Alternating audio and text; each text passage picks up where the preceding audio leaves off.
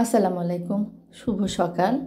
নৌকা পারাপারের সময় এই মেয়েটার সাথে পরিচয় হলো। এই যে মেয়েটার হাতে দুটো লেবুটা নিয়ে আসছিল, মানে লেবু পড়া নেওয়ার জন্য।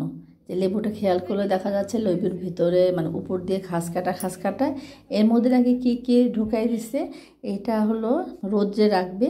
রোদ্রে রাখলে যত শুকাবে তত নাকি তার লিভারটা উন্নত হবে। মেয়েটা হলো জন্ডিসে আক্রান্ত। এই মেয়েটা ক্লাস 9-এ পড়ে।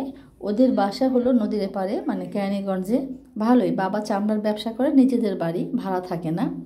আর ওর ছোট ভাইটা 4-5 বছর বয়স, ওরও জন্ডিস। তোর মাকে বললাম যে এভাবে ঝাড়ফুঁক না করে ডাক্তার দেখান না। তোর মা বলল ডাক্তার দেখাইছিলাম কিন্তু ঝাড়ফুঁকই ভালো। তখন আমার মনে পড়লো যে 1976 সালে আমার ছোট ভাই ও জন্ডিসে আক্রান্ত হয়। তখন আমরা ছিলাম ঠাকুরগাঁর একটা জায়গায়, রুইয়া।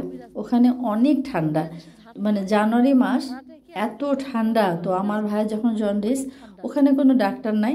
আব্বাকে কে একজন বলছে যে মানে ঝাড়তে হবে। তখন আব্বা হলো ওই লোকটাকে ডাকলো ঝাড়ার জন্য। ওই লোকটা করতো কি, সকালবেলা আসতো, মানে সারা রাত একটা গামলাতে পানি রাখা লাগতো উঠানের মধ্যে।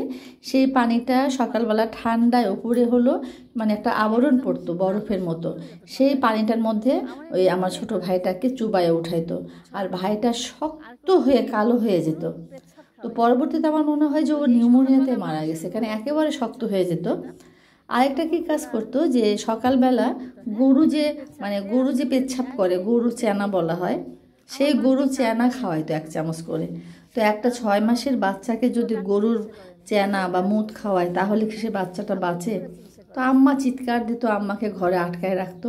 আম্মা কিছুতেই এই চিকিৎসা পদ্ধতি চাইতো না, কিন্তু আব্বার বিশ্বাস যে এইভাবে এই চিকিৎসা করলেই ভালো হবে।